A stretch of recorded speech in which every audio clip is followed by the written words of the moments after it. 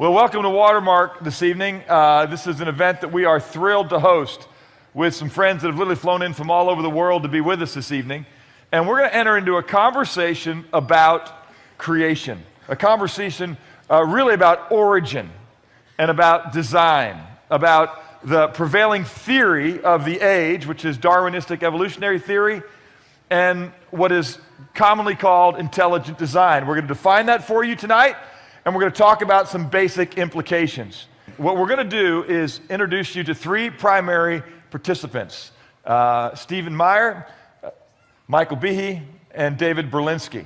And we're going to give you a chance to hear from each one of them. We're going to introduce each of them with a little video vignette, and then let them speak on their specific area of passion in this particular conversation, and let you know their contribution to the discussion between intelligent design and other theories of origin. Those of us that were here this morning heard a little bit from Dr. Meyer, but I'm going to go ahead and let this video serve as a catalyst to reintroduce him to those of you that were not here with us this morning. And again, we're grateful that you're here. I appreciate the grace you're going to extend to one another as we are at capacity, and we hope that this evening is useful to you as you wrestle with truth. So here we go. The discovery of the information-bearing properties of DNA and RNA is a fundamental challenge to all materialistic theories of the origin of life. Neo-Darwinism and its associated theories of chemical evolution and the like will not be able to survive the biology of the information age, the biology of the 21st century.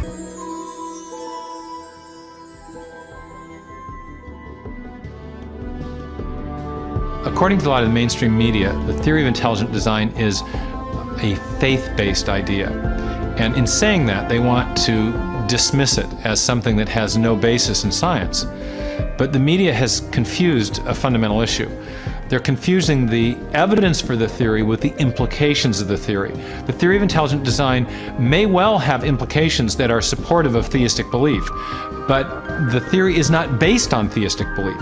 It's based on the discovery of digital code in cells, miniature machines in cells, the fine-tuning of the laws of physics and chemistry, and standard ways of scientific reasoning about the remote past in the history of life.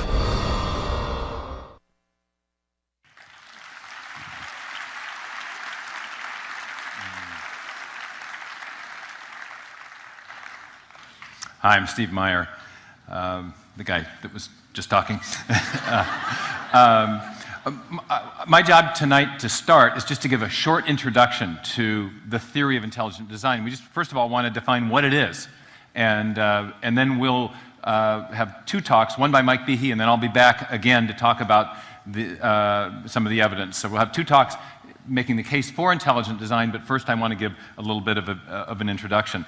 2004, the British atheist philosopher Anthony Flew made worldwide news when he announced that he no longer accepted atheism and had come to embrace the existence of God, and he explained that part of the reason for this was that he had come to accept the evidence for intelligent design, in particular the evidence for intelligent design based on the DNA molecule. Later that same year, there was a big news story about a biologist, an evolutionary biologist with two earned PhDs at the Smithsonian University who had been demoted, evicted from his offices, and otherwise harassed because he'd chosen to publish an article advocating the theory of intelligent design in one of the scientific journals published out of the Smithsonian Institution. That was published in a journal called The Proceedings of the Biological Society of Washington. Made a big controversy. The media picked it up. By summer of 2005, intelligent design was in the news all over the place.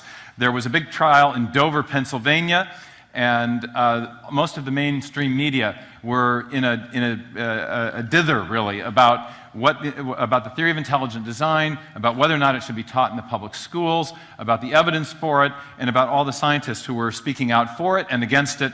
And it was big news in 2004, 2005. By the summer, Time magazine had picked it up and had claimed in their cover story what had by that time become the media's line on intelligent design, that it was a faith-based idea. Wired magazine said it was a faith-based plot to kill evolution, and that it wasn't based on science at all. So what I want to ask just to start is, what is intelligent design, and what has inspired, or what about it has inspired these apparently determined attempts to suppress it? The scientist at the Smithsonian who got in big trouble for talking about this, and if you've seen the movie Expelled, you know that there are many, many scientists who have been expelled from positions, demoted, because of their support for the theory of intelligent design. So what is it? Why is it so threatening? Why has there been so much attention about it? And why is there so much attention about it again this year, as we're in this anniversary year of Darwin? This year is the 200th anniversary of Darwin's Origin of Species, or 200th anniversary of the birth of Darwin, 150th anniversary of the Origin of Species. And again, the discussion of intelligent design is front and center in the media and in many university settings.